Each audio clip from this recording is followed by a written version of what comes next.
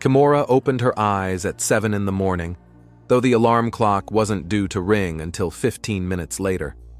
Jalen was breathing next to her, turned on his side, his back to her, and she reached out and touched his shoulder. He flinched, awake, and turned around with the sleepy face she loved so much in the mornings, when he hadn't had time to put on his usual mask of detachment.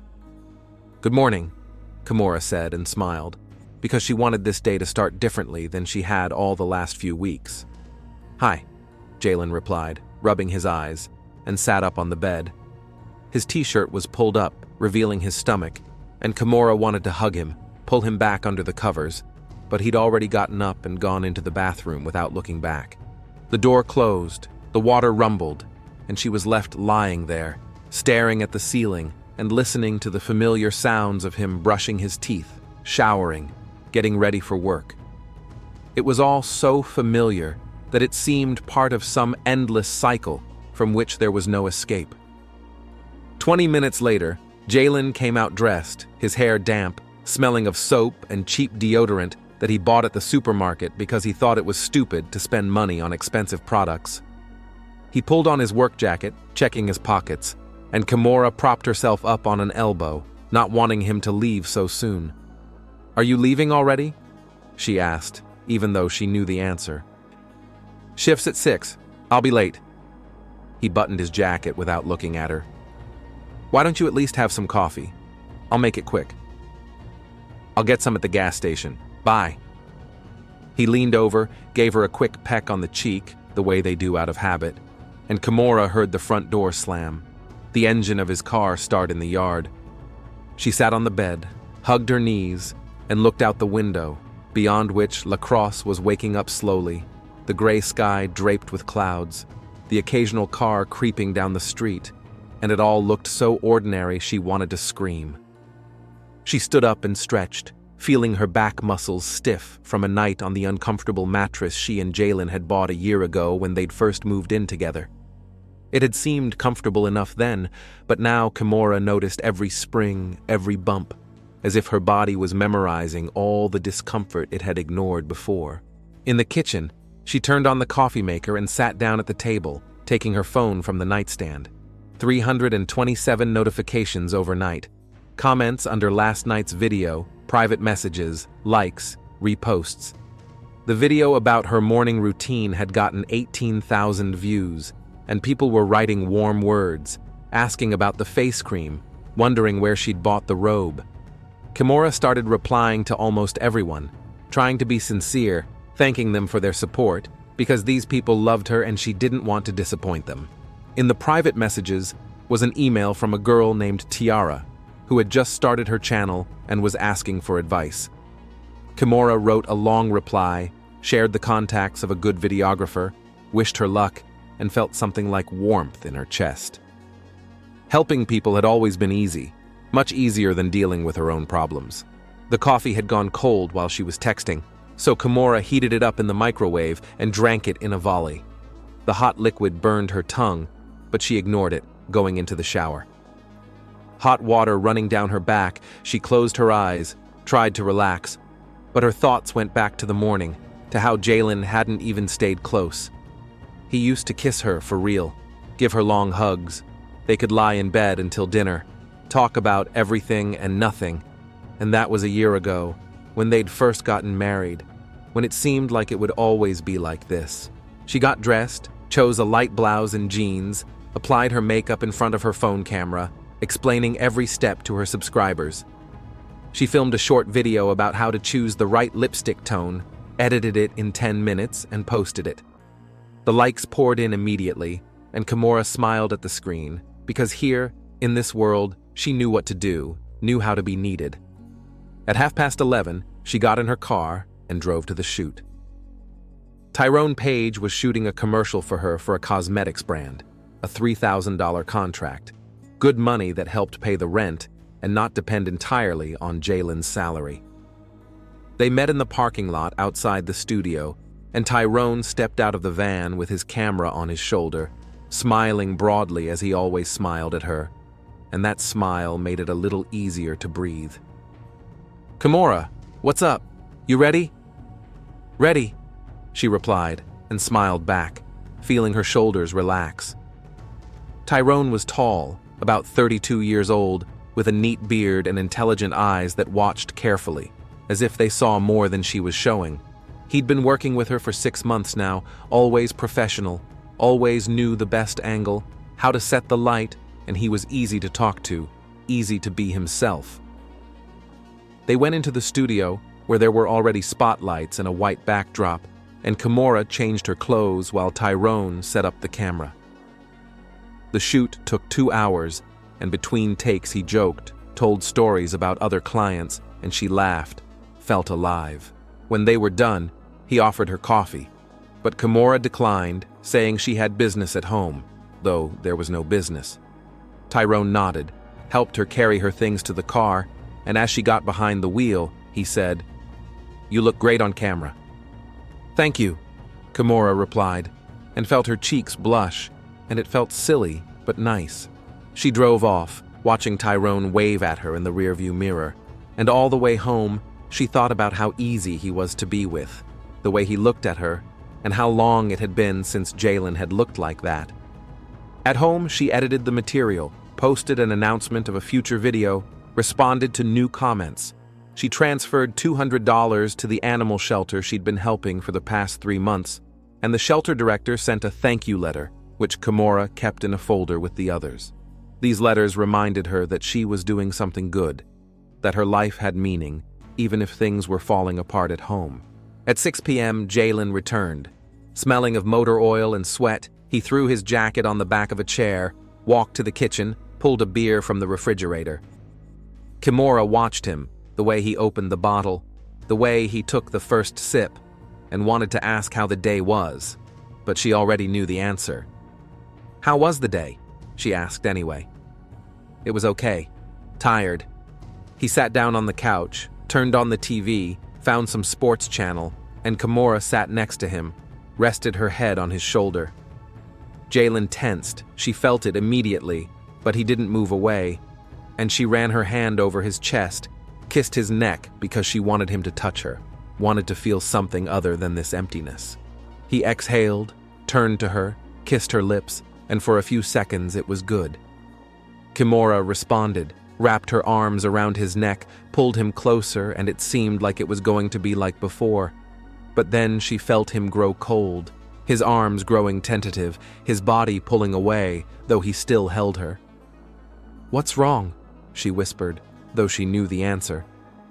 Jalen pulled away, looked away, and was silent for so long that Kimura felt everything inside clench. "I don't. It's just not working. Why don't we try it? Just try it, without everything else." He was silent for a moment, then stood up and walked to the bedroom, and Kimura followed him, knowing what was about to happen. He stood by the closet, staring at the closed doors, and she knew what was inside, knew what he was about to say, and everything inside screamed, "No, not again." "Maybe the one?" Jalen said quietly, not turning around. Kimura felt something inside her clench so hard it hurt to breathe. She wanted to say no, wanted to say let's try without it, that she just wanted him, alive, real, not this endless masquerade. But she kept silent, because she loved him, because she wanted what was good between them, and nodded, even though he couldn't see it. "Good," she said, and her voice sounded foreign. Jalen opened the closet and pulled out a Chewbacca costume, brown, furry, with a Wookiee mask he wore on his head. He put it on quickly, habitually, zipped it up, and Kimura could see his breathing changing, his body responding to the ritual. He handed her the stormtrooper helmet, white, plastic, with black slits for eyes, and she took it, looked at her husband. He was already aroused, she could see it even through the suit, and he was looking at her through the mask, but it was as if he wasn't looking at her, as if he was seeing someone else, someone from his fantasies. She put the helmet on, and the world narrowed to 2 dark slits. It was harder to breathe, the plastic smelled of chemistry, and it was so far from what she wanted it made her want to cry. Jalen came over, put his arms around her, plopped her on the bed, and the sex was quick, mechanical. He moved rhythmically, made sounds, cummed after a few minutes, and took off his suit, lay down next to her, whispered thanks. A minute later, he was asleep, breathing evenly, content. Kimura lay in the helmet for a while longer, staring up at the ceiling through the narrow slits, and couldn't bring herself to take it off, because then she'd have to admit that it had really happened again. Then she took it off, put it on the floor next to Chewbacca's suit, and lay on her back. Jalen was breathing evenly, turned on his side, and she stared into the darkness, feeling like a nobody, feeling something inside slowly dying and not knowing how to stop it. The month passed by unnoticed, dissolved into endless filming, streaming, commenting, and trying to smile as everything inside clenched in pain.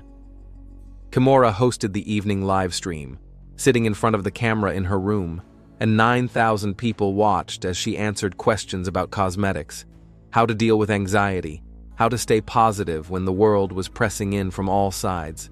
"The main thing is to remember that the bad days pass," she said to the camera, smiling in the way she has learned to do over the years of running the channel. "You just have to give yourself time, support yourself, and things will get better." Comments flew in one after another, people thanking her, writing how she had helped them through the hard times, and Kimura read them, feeling a strange emptiness. She'd helped thousands of strangers, but she couldn't help herself, couldn't find the words to explain to her husband what was dying inside. Last week, she organized a fundraiser for a local children's foundation, ran the stream for 6 hours, and people donated, shared the link, supported. Raised $12,000 in one day, and the director of the foundation called her, crying with gratitude, saying Kimura was doing incredible work. And she would sit in the kitchen after the call, staring into her empty coffee cup and thinking that all that money, all that help, couldn't fix what was broken in her own life. With Jalen, she tried to be patient, tried to understand. He'd come home from work, tired, silent, sit on the couch with a beer, and she'd sit next to him, try to talk about his day, his weekend plans, anything that might bring them back to the way things used to be. He answered briefly, nodding, staring at the TV, and Kimura felt the distance between them grow longer every day, even though they sat next to each other, touched each other, slept in the same bed. 2 weeks ago, she'd tried a different way. She'd bought beautiful lingerie, black, lacy lingerie that emphasized her figure, and that evening, when Jalen returned, she'd met him in the bedroom. He came in, saw her, and something flashed across his face. Surprise, maybe desire, but it was quickly extinguished, replaced by embarrassment. "Kimura, he began, and she came over and put her arms around him, kissing him, because she didn't want to hear an apology. For a few minutes, he responded, kissing her, his hands sliding down her body, and she thought, "Here, now, everything will be okay." But then he stopped, pulled away, looked away, and she saw the arousal fade in his eyes. "I'm sorry, it's not working," he said, and his voice was so helpless that Kimura couldn't stand it. "Why?" she asked, and for the first time in a month, she allowed herself to talk about something she'd been silent about. "Why can't you just want me? Without all of this?" Jalen was silent for a long time, staring at the floor, and when he spoke, his voice shook. "I don't know. I try, I really do. But it just doesn't work. Maybe if we try it again. With the costumes, maybe it'll help me get used to it and then it'll get easier." Kimura wanted to scream, wanted to say that it wouldn't help, that it had already happened 20 times and nothing had changed. But she looked at him, at the way he stood, hunched over, avoiding her gaze, and realized that he was suffering just as much as she was, just in a different way. "Okay," she said quietly, and went to the closet. It was Leia's costume that time, a white dress that Jalen had ordered specially, with her hair in 2 bunches on the sides of her head. She put it on, feeling everything inside clench, sat on the bed, and waited. Jalen wore an imperial officer's suit, black with fake insignia, and when he approached her, his eyes glittered in a way they hadn't when he looked at her without the suit. The sex was as quick and mechanical as ever. He'd replay some scene in his head, call her something other than her name, and Kimura would lie there with her eyes closed, waiting for it to end. Afterward, he'd thank her, kiss her forehead, fall asleep satisfied, and she'd go to the bathroom, wash off her makeup, and cry quietly so he wouldn't hear. The options changed: a Chewbacca costume, a stormtrooper helmet, something else from his collection he'd been buying for years. The essence remained the same. Each time, Kimura felt herself disappearing, as a woman, as a person, as a human being, becoming a prop in his fantasies, and it was killing her slowly, day by day. But she kept quiet because she loved him, because she didn't want to hurt him more, to see that helpless look on his face when he apologized for something he couldn't control, because she hoped he was right, that one day this would pass and they'd be the same person they'd been a year ago again. 3 weeks ago, she started recording videos for herself, not for the channel, not for subscribers, just for herself, to talk to someone, even if that someone was a camera. She'd turn it on late at night when Jalen was asleep, sit on the living room floor, and talk to the lens about everything she was holding inside. "I don't know how to go on," she whispered in one of the recordings, hugging her knees. "I love him. I really do. But every time I put this damn helmet on, I feel like I'm dying. He's not looking at me. He's looking at a character from a movie, and I don't know how to fix that." The notes accumulated to over 10, all in a separate folder on her computer that she never showed to anyone. It was the only outlet, the only place she could be honest. In public, she smiled. On the streams, she was cheerful, supported her subscribers, gave advice, shared recipes for happiness that she herself didn't feel. And people believed, because she was good at it, at appearing happy when things were falling apart inside. Jalen could see that his wife was drifting away, but he couldn't do anything about it. He tried. He'd look at her when she came out of the shower, beautiful, desirable, and feel nothing. Walked into the bedroom, saw the suits in the closet, and his body reacted immediately. He hated himself for it, hated that he couldn't be normal, that he couldn't want his wife the way normal men wanted. A month ago, he created a TikTok account under the nickname Lonely Wookiee, didn't tell anyone about it. He went there every night, watched Kimura's streamings, read the comments other people wrote to her. Sometimes I wrote myself, short, careful not to let her guess. "You're an inspiration," he wrote once under her video about coping with adversity. "Thank you for your encouragement," she replied. And Jalen stared at that reply for an hour, feeling a strange closeness. It was how he felt connected to her, through the screen, through an account she would never connect with him. Kimura was spending more and more time with Tyrone. There was more filming, and they met several times a week, either for work or just for coffee to discuss new projects. There was chemistry between them. She could feel it, and so could he. Sometimes he would touch her hand when he was showing something on the camera screen, and the touch would linger a second longer than necessary. Sometimes he'd look in a way that made Kimura avert her eyes because she was afraid of what she'd see in his gaze. But she never crossed the line, never responded to flirting directly, never allowed herself more than a friendly hug goodbye. Because she wasn't like that. Because she loved her husband, even if he couldn't love her the way she needed to be loved. "You look tired," Tyrone said one day after a shoot, and Kimura tried to smile. "A lot of work." "It's not work fatigue."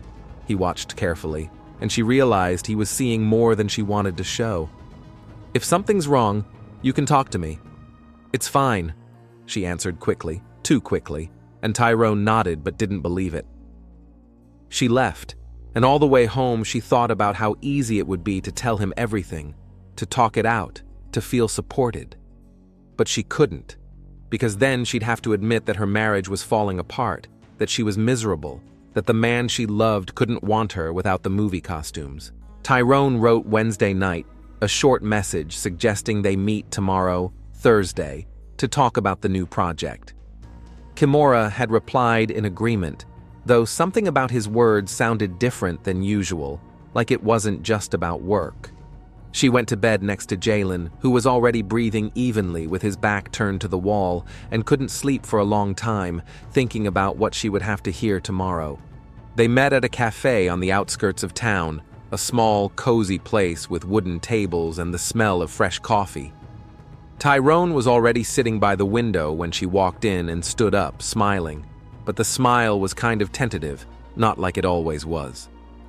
Kimura sat across from him, ordered coffee, and they talked for a few minutes about the weather, the latest shoot, anything but why he'd called her here. "Kimura," Tyrone finally said, and his voice became serious. "I wanted to talk to you about something other than work." She nodded and clutched her coffee cup, feeling her heart beat faster. "I have feelings for you," he said slowly, looking into her eyes. "I tried to ignore it, thought it would go away, but it doesn't. And I can see that there's something wrong with you. See how you try to smile when things are bad inside." Kimura was silent, not knowing what to say, and instead of answering, she called the waiter over and ordered a glass of wine. A white, dry one that burned her throat when she took the first sip.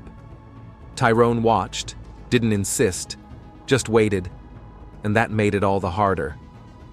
"I feel the pull too," she finally said quietly, and saying it out loud was scary and relieving at the same time. "You make me feel like a woman. You look at me and I exist, you know? Not as a character, not as part of something, but just as me." She finished her wine and ordered another glass. Tyrone reached across the table and covered her palm with his, and the touch was so simple and so important that Kimura felt tears come to her eyes. "But I love my husband," she added, pulling her hand away. "I don't want to ruin the marriage. I want things to get better. I want what was." Tyrone nodded, leaning back in his chair. "I understand, and I respect your choice." They sat for a while longer, talking about things, and Kimura drank because the pain she'd been holding in for months was coming out, and the wine was helping to dull it, if only for a little while. A third glass, a fourth, a fifth. She wasn't thinking straight when Tyrone gently took the glass from her and told her it was time. "I have to go," she repeated, standing up and staggering away. "I'll drive you," Tyrone offered, but Kimura shook her head. "No, I'll do it myself. Thank you." She hailed a cab, sat in the back seat, and stared out the window the whole way through the streets of La Crosse, familiar and foreign at the same time. The driver was silent, and Kimura was grateful for that silence because she didn't have the energy to speak. She got home around 18:30, and the apartment greeted her with silence. Jalen was still at work. His shift ended at 9, and she had time. There was a bottle of wine in the kitchen that she and Jalen had bought a week ago and hadn't opened. Kimura took it, opened it with a corkscrew, poured a full glass, and drank it in one gulp. Then another. The alcohol spread through her body in a hot wave, blurred the lines of pain, made everything a little easier. She walked to the bedroom, opened the closet, saw the suits. Chewbacca's brown furry costume, Leia's white costume, the stormtrooper helmet, all these things that had come to symbolize her pain. Something inside tore, something broke completely, and she pulled them out, carried them into the living room, threw them on the floor. She went back to the kitchen, picked up the bottle with the rest of the wine, took another sip straight from the neck. Phone on a tripod, turn on the camera, start the stream. 20,000 people online, much more than usual, because a week ago her commercial for a major cosmetics brand had come out. A beautiful video that had gone viral, brought her new subscribers from all over the country. Kimura sat down on the floor, taking Chewbacca's costume in her hands. The shaggy fabric was rough under her fingers, smelling of dust and something else, something that made her want to cry. "Hi," she said into the camera, and her voice sounded drunk, broken. "I want to tell you something." Comments flew, people asking if everything was okay, offering support, and Kimura looked at the screen where the numbers of followers flashed, where people had gathered to hear her. "I love my husband," she continued, and tears ran down her cheeks, smearing her mascara. "I really do. but I can't do it anymore.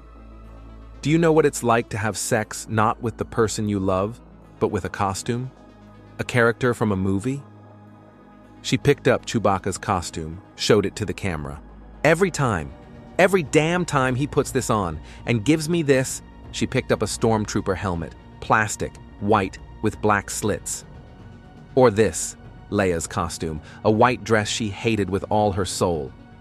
Kimura spoke, and the words came in a flood that was impossible to stop.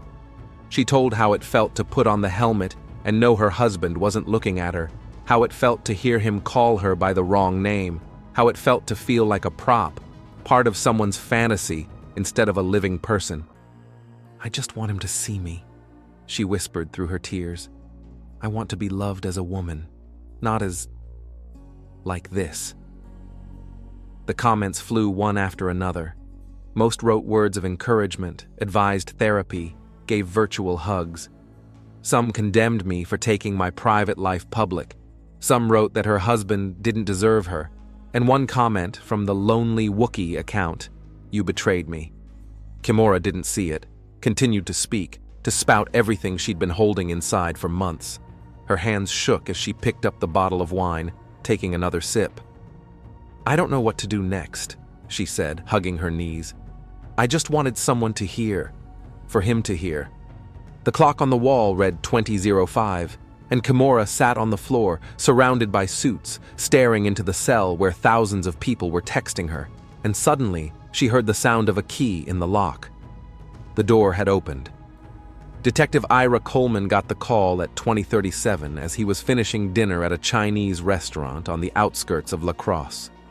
"Live murder," the dispatcher said. And there was that peculiar note in his voice that only appeared in the most severe cases. Ira threw the money on the table without waiting for change, got in the car, and drove across the city, where traffic lights flashed red and green, and rare passers-by turned around at the howl of the siren. The Ansley couple's apartment was in an ordinary residential neighborhood, unremarkable, where on weekends people mowed lawns and dreamed of a better life. Patrol cars had already blocked off the street. Curious neighbors crowded behind the cordon, filming what was happening on their phones. Ira showed his badge, ducked under the yellow tape, and made his way inside, where he was greeted by the smell of something sweet, cheap air freshener mixed with wine. The first thing he saw was a body on the living room floor. Kimura Ansley was lying on her back, a dark, straggling furrow around her neck, her face frozen in an expression that was something between shock and pain. Eyes open, staring at the ceiling, seeing nothing. Suits were lying nearby, one brown and furry, the other white with metal parts, and a helmet that Ira didn't recognize at first until he could make out the distinctive shape. The phone on the tripod still had its screen lit up. The broadcast ended, but the comments kept coming. Thousands of messages where people demanded explanations, wrote that they'd called the police, asked for someone to check if everything was okay. There was a man sitting on the couch, Jalen Ansley, 29 years old on his papers, but he looked older now, hands trembling small, resting in his lap, his gaze blank, staring somewhere at the floor in front of him. His shirt was wrinkled, his hair disheveled, and when Ira came closer, the man didn't even move, as if he didn't notice what was going on around him. Ira sat down next to him on the couch, taking his time, giving the man time to realize his presence. "Mr. Ansley, I'm Detective Coleman. Do you understand what happened?" Jalen didn't look up, kept staring at the floor, but his lips moved. "I killed her." His voice was quiet, monotone, as if he were reciting a text he'd learned by heart and repeated over and over again to make himself believe it. "You need to come with me, Mr. Ansley." Jalen nodded slowly, and the patrolman cuffed him about 10 minutes later, led him to the exit. He walked mechanically, not resisting, not looking up, and Ira watched him, trying to figure out whether he saw this man as a killer, a victim, or something in between. Ira stayed in the apartment, walking slowly around the rooms, letting the details tell him the story of these people's lives. In the living room, photos from their wedding hung on the walls. A young couple smiling into the lens, he in a suit, She in a white dress, and the happiness on their faces was real, not faked. On the shelf were souvenirs, magnets from different cities, a figure from some movie, a few books about travel. The kitchen was clean. There was an unfinished bottle of wine on the table, a dirty glass with lipstick on the edge. The refrigerator was stocked with food. Someone obviously cooked here regularly. In the bedroom, the bed was carelessly made, the sheets were crumpled, and there was an empty glass and a phone charger on the nightstand. It all added up to a picture of ordinary life for ordinary people, until something went wrong. More than an hour passed at the station, while the paperwork was being processed, while Jalen was being checked out by a doctor, while the appointment attorney made his way across town. Ira was called into the interrogation room when the clock on the wall read almost midnight. Jalen sat at the desk, staring into its scratched surface where someone had once scrawled someone's initials with a pen. When the detective entered, the man didn't raise his head, only his fingers clenched tighter on the edge of the desk. Ira switched on the recorder, placed the tablet on the table with the streamer recording open on the screen. Kimura with a crying face, mascara smeared, suit in hand. "Mr. Ensley, I have to read you your rights. You have the right to remain silent. Anything you say can be used against you in a court of law. You have the right to an attorney." "Don't," Jalen interrupted, his voice louder than before, but still as hollow. "I'll tell you everything. Just ask. Tell me what happened tonight." Jalen finally looked up, and Ira saw the emptiness in his eyes that he'd seen in people who'd lost everything that mattered to them. "I got home earlier than usual. My shift ended at 8, and I usually stay late to help clean out the warehouse, but today I wanted to leave sooner, I don't know why. I opened the door with my key and immediately heard her voice from the living room. She was talking loudly, and I thought she was on the phone with a friend. But then I heard the words. She was talking about us, about what we do in bed. She was showing me costumes. I walked into the living room and saw the phone on a tripod, saw the screen where the numbers were showing. 20,000 people were watching right now. He stopped talking, swallowed, and Ira waited, giving him time to gather his thoughts. She was sitting on the floor, drunk, crying, and telling them everything, every detail. Every time I asked her to wear the suit, every time I couldn't without it. 20,000 people now knew that I couldn't normal. How did you feel at that moment? Nothing at first. I just stood there looking at her. Then the rage came, so strong it set everything inside on fire. She betrayed me, told the world what was supposed to be between us, and she cried like I was a monster, like I was hurting her on purpose. What did you do then? Jalen lowered his eyes again, staring at the table, and it was several long seconds before he spoke. Saw the charger wire on the table, picked it up, didn't even think about it, just picked it up. Walked over to her. She looked up, saw me, and there was fear in her gaze. She understood. Opened her mouth to say something, but I wrapped the wire around her neck before she could. She tried to resist, clawing at my hands, trying to push away, but I held tight. Just held on and didn't let go until she stopped moving, until her arms dropped, until it was over. Ira wrote down every word, watching Jalen's face, where the emptiness changed to pain, then back to emptiness, as if the emotions came in waves and receded, unable to find anything to hold on to. The interrogation lasted another 20 minutes, Ira asking clarifying questions, Jalen answering mechanically. Then the detective drew up the arrest papers and handed the suspect over to the officers on duty. The case seemed obvious, a murder after a public humiliation. All the facts on the surface, a confession made in the first few hours. But Ira couldn't shake the feeling that there was more here than just a drunken husband's outburst of rage. The next morning, after a few hours' sleep in the precinct's recreation room, he began interviewing the men in Kimura's life. Tyrone Page came in first, a tall man in his 30s with a neat beard and tired eyes. Sat down across from Ira in the same interrogation room, hands folded on the table, fingers intertwined nervously. "Detective, I met with Kimura on Thursday," he said at once without waiting for questions, as if he'd rehearsed the phrase all the way here. In the afternoon, at a cafe on Main Street. Ira switched on the recorder, nodded, showing he was listening. We'd been working together for a few months, shooting commercials for different brands. She was professional, always showed up on time, knew what to do in front of the camera, but I could see there was something wrong with her. She'd smile for the camera, but when she thought no one was looking, her face would become so empty. I couldn't keep quiet any longer. Invited her in for coffee, told her we needed to talk about something other than work. Tyrone fell silent, rubbing his face with his hands, and Ira waited, letting him gather his thoughts. I told her I had feelings. I knew she was married, that it was wrong, but I couldn't keep it to myself. She ordered wine instead of coffee, drank one glass, then another. She admitted that she felt attracted to me too, that she felt like a woman with me, that I looked at her and she existed. That's exactly what she said. Existed. But then she added that she loved her husband, that she didn't want to ruin the marriage, that she wanted to fix it. How many drinks did she have? 4 or 5 glasses. I tried to stop her, but she wouldn't listen. She said she was in pain. She didn't know how to go on, but she wouldn't give me any details. Then she called a cab and left. It was about 6 in the evening. I walked her to her car, and that was the last time I saw her alive. Tyrone's voice shook on the last words, and he turned away, staring at the wall. "Did you watch that stream?" Ira asked. "Yeah. The police called me at night, said Kimura was dead, that I needed to come in to testify.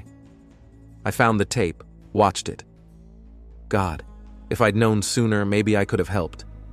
Maybe I wouldn't have let her go alone in that state." Ira let Tyrone go after half an hour, writing up all the statements. Charisse Griffin, Kimura's best friend, came in next. A short woman in her 30s, with short hair and eyes red from crying. She sat down across from the detective, pulled a pack of tissues out of her bag, placed them on the table in front of her. "Kimura was my best friend since college," she began, her voice shaking so badly that the words were barely distinguishable. "We rented an apartment together. We went through breakups together. We dreamed of the future together. She was the best person I knew, helping everyone around her, raising money for shelters, answering subscribers' messages for hours, even when she was tired. Supported people she didn't even know personally, just because she could." Charisse wiped her tears with a napkin, crumpled it in her hands. And no one could see how bad she felt. Not even me, her best friend. She always said she was fine, that she was coping. I could see it wasn't true, but she wouldn't let me get close. "Were you aware of the problems in her marriage?" Ira asked gently. "A little. She didn't tell me everything, just hints. She'd say that Jalen was having difficulties, that it was hard for her, that she felt invisible around him. But she always added that she loved him, that it wasn't his fault, that they were both suffering. I offered her to leave, to get an apartment together like we used to. She refused. She said she couldn't leave him, that he needed her, that she was the only one who understood him." Charisse cried again, and Ira gave her time, staring out the window where it was raining behind the glass. That evening, he sat in his office, the hard drive from Kimura's computer laid on the table in front of him. The technicians had retrieved it in the morning, handed it to the detective along with the rest of the evidence. Ira plugged it into his laptop, began going through the files methodically, folder by folder. Photos, documents, spreadsheets of advertising revenue. And at the very end, in a folder labeled simply, "For Myself," he found video footage, 15 files, the last dated 2 days before the murder. Ira opened the first tape, dated 2 months ago. Kimura was sitting on the floor in the same living room where she would later die, hugging her knees, staring into the camera. Face without makeup, hair gathered in a careless bun, eyes tired. I don't know why I'm recording this," she began quietly, and her voice sounded broken, not like her usual clips. "Maybe to keep from going crazy, maybe to tell the truth somewhere. Today was another time. Jay came home. I made dinner, his favorite pasta with chicken. We ate, watched a little TV, and I thought, this is going to be a good night. I hugged him, kissed him, took him to the bedroom. He responded at first, kissing me, and I felt hopeful. Maybe tonight would be without all that. Kimura was silent, looking away, and Ira could see her lips trembling. But after a minute, he cooled down. He pulled away, looking at me with such guilt in his eyes, as if apologizing for something he couldn't control. He went to the closet and pulled out Chewbacca's costume. He put it on silently, not even looking at me. He handed me the stormtrooper helmet and I took it. Because I love him. Because I didn't want him to feel any worse. I put the damn helmet on, lay on the bed and waited for it to be over. He called me by the wrong name, replayed some scene from the movie in my head, and I was so disgusted, so hurt, I wanted to scream, but I kept quiet. He came quickly, took off his suit, lay down next to me, whispered, "Thank you," and fell asleep. I went to the bathroom, turned on the shower, and cried in there so he wouldn't hear. Ira watched Kimura on the screen, wiping his tears away with her hand, smearing them on his cheeks, and something clenched in his chest. "I don't know what's wrong with me," she continued through her sobs. "Maybe I'm a bad wife. Maybe I should just accept it and not complain, because a lot of people live in worse conditions. But every time I put this helmet on, I feel like something in me is dying. It's like I don't exist. As if there is only the character he wants to see, and the real me has disappeared, dissolved, ceased to exist." The video ended, and Ira sat staring at the black screen, then opened the next file. Kimura was in the same place again, but the footage was from a week later. She looked even more haggard, dark circles under her eyes. I tried to have a real conversation with him today. Said, "Jay, let's try it without the costumes. Just the two of us, like normal people." He agreed. We went into the bedroom. I undressed him slowly, kissing him, trying to do it right. He undressed me, and for a few minutes, everything was fine. I thought, here it is. Finally it worked. Now everything will be normal. Now we can be together for real. But then I felt him pull away. His body wasn't responding. He was trying. I could see him trying, but nothing was happening. He turned away, sat on the edge of the bed, head down, apologized, said he didn't do it on purpose, that he was trying to work on it. And I felt so ashamed. Ashamed that I was pressuring him, demanding something he couldn't give. Ashamed that I felt angry when I saw how bad he was feeling himself. Kimura covered her face with her hands, her shoulders shaking with sobs. I love him. I really do. But I don't know how much longer I can take it. I don't know how much longer I can last before I break down completely. Ira continued to watch tape after tape. In one, Kimura was clearly drunk after some party, makeup smeared, speech a little slurred. Saw a couple today at a cafe where they were filming a commercial. They were just sitting there, holding hands and looking at each other. Nothing special, just an ordinary couple, maybe 5 years or more together. And I stood back with the camera and thought, when was the last time my husband looked at me like that? Not at Leia's costume, not at the image from the movie, but at me, at Kimura? I don't remember. Honestly, I don't remember at all. Maybe a year ago, when we were first married. Maybe never. She finishes something from a glass off screen, sets it down with a thud. Tyrone looks at me like this, every time we work together. He sees me, the real me, not the character. And it's so tempting to just give in, to let myself be with someone who wants me, not an image from my head. But I can't. I can't betray Jay, even if he can't see for himself that he's losing me. In the penultimate recording, made 3 days before the murder, Kimura sat in darkness, only the light from her laptop screen illuminating her face from below, making the shadows deeper. I've been thinking about Tyrone a lot lately. Too much imagining what it would be like if I left Jay, started over normal relationships where I don't have to wear suits to be desirable, where I can just be me.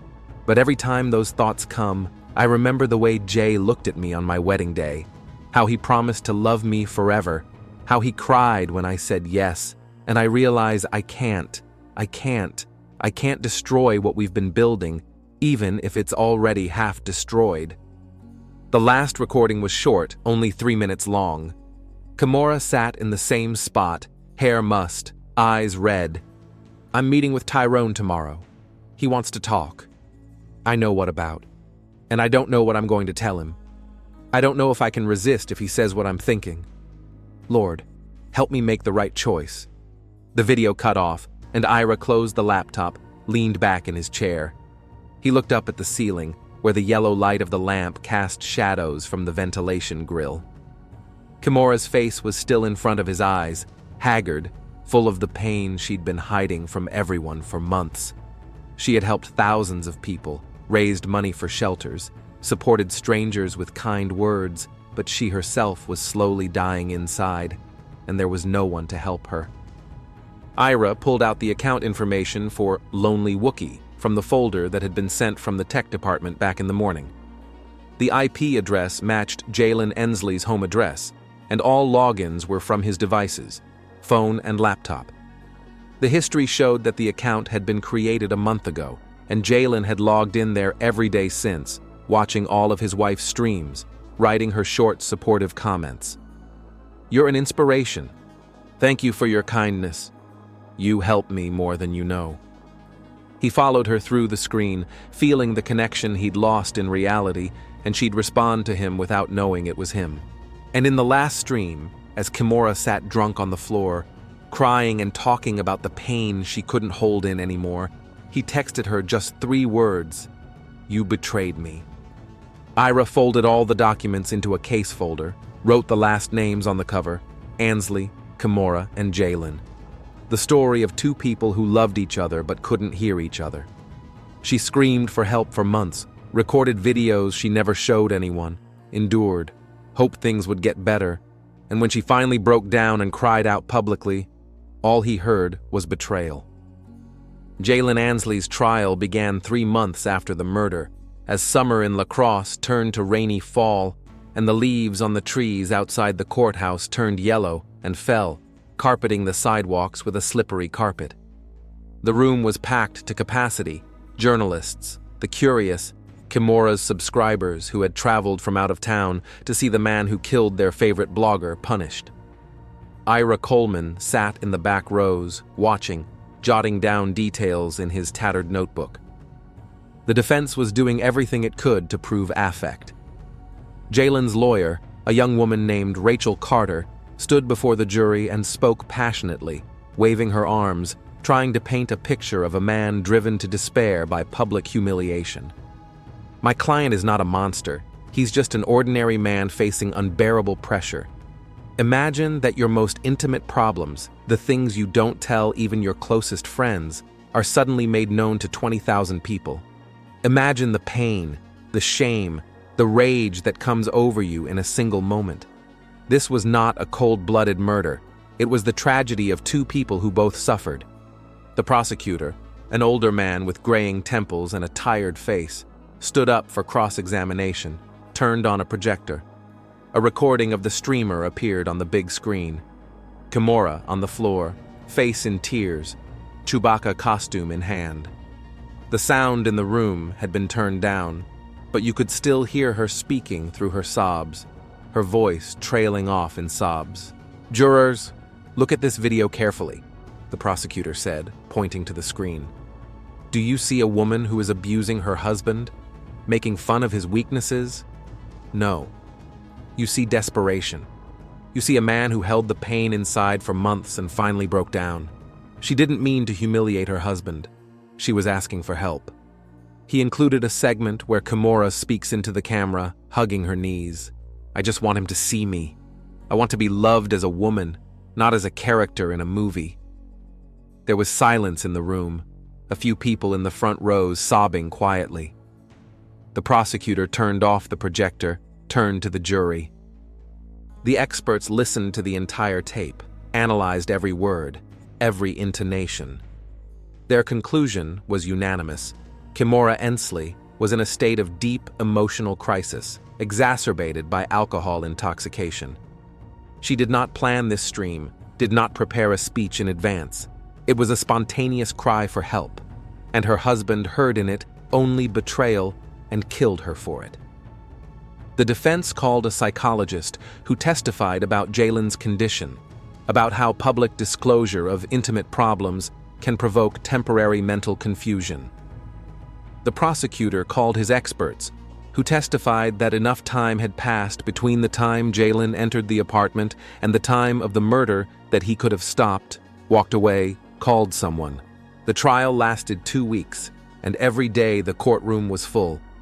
Outside the courthouse, Kimura's subscribers created a memorial: photos, flowers, candles, thank you notes.